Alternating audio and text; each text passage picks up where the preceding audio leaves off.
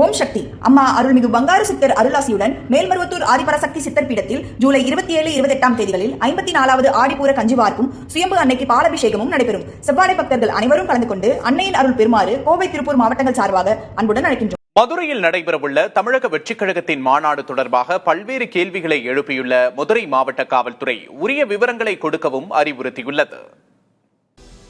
தமிழக வெற்றிக் கழகத்தில் 2வது மாநில மாநாடு மதுரையில் உள்ள பாரப்பத்தி பகுதியில் அடுத்த மாதம் 25ஆம் தேதி நடைபெறும் என்று அறிவிக்கப்பட்டு அதற்கான பந்தல் நடும் நிகழ்ச்சியும் அண்மையில் நடந்தது. விக்கிரவாண்டியில் நடந்ததை போன்று மிகப்பெரிய அளவில் மாநாட்டை நடத்த தவிகவினர் திட்டமிட்டிருக்கும் நிலையில் மாநாட்டிற்கு அனுமதி கோரியும் பாதுகாப்பு வழங்கவும் வலியுறுத்தி மதுரை மாவட்ட காவல்துறையினரிடம் மனு அளிக்கப்பட்டிருந்தது. இந்நிலையில் மாநாடு தொடர்பாக பல்வேறு கேள்விகளை தவிக தலைமைக்கு காவல்துறை எழுப்பியுள்ளது. அதில் மாநாடு எப்போது தொடங்கி எவ்வளவு நேரம் நடைபெறும், மாநாடு நடத்த திட்டமிடப்பட்டுள்ள இடத்தின் உரிமையாளர்கள் யார், அவர்களிடம் முறையாக அனுமதி பெறப்பட்டுள்ளதா, மாநாட்டு மேடையின் அளவு என்ன, எத்தனை நாற்காலிகள் மேடை மற்றும் மேடைக்கு கீழ் போடப்பட உள்ளன ஆகிய கேள்விகள் எழுப்பப்பட்டுள்ளன.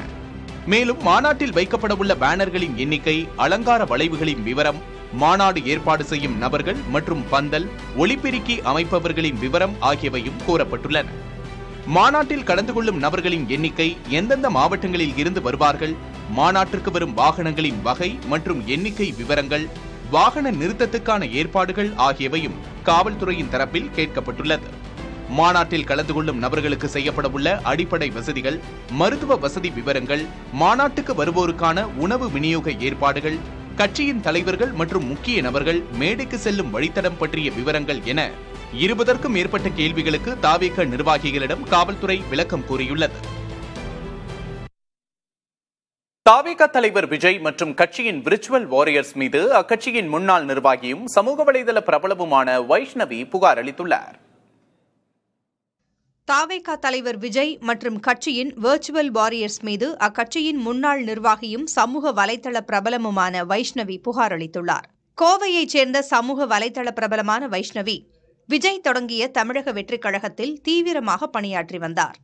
ஆனால் கட்சியில் பெண்கள் மற்றும் இளைஞர்களுக்கு உரிய அங்கீகாரம் வழங்கப்படவில்லை என்று கூறி தவிகவிலிருந்து விலகிய வைஷ்ணவி தன்னை திமுகவில் இணைத்துக் கொண்டார். இந்நிலையில் கோவை மாநகர காவல் ஆணையர் அலுவலகத்திற்கு வந்த வைஷ்ணவி தவிக தலைவர் விஜய் மற்றும் அக்கட்சியின் விர்ச்சுவல் வாரியர்ஸ் மீது புகார் அளித்தார். தன்னை பற்றி சமூக வலைதளங்களில் தவிக நிர்வாகிகள் மற்றும் தொண்டர்கள் அவதூறு பரப்புவதாகவும் அது தொடர்பாக நடவடிக்கை எடுக்க வேண்டும் என்றும் வலியுறுத்தியதாக வைஷ்ணவி தெரிவித்தார்.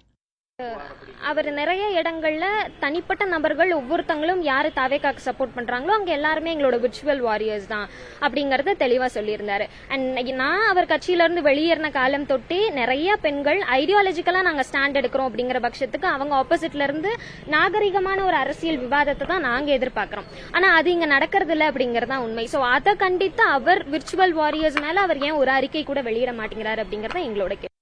ஓம் சக்தி அம்மா அருள்மிகு பங்காரு சித்தர் அருளாசியுடன் மேல்மருவத்தூர் ஆதிபராசக்தி சித்தர் பீடத்தில் ஜூலை 27, 28 தேதிகளில் 54வது ஆடிப்பூர கஞ்சிவார்ப்பும் சுயம்பு அன்னைக்கு பாலாபிஷேகமும் நடைபெறும். செவ்வாடை பக்தர்கள் அனைவரும் கலந்து கொண்டு அன்னையின் அருள் பெறுமாறு கோவை, திருப்பூர் மாவட்டங்கள் சார்பாக அன்புடன் அழைக்கின்றோம்.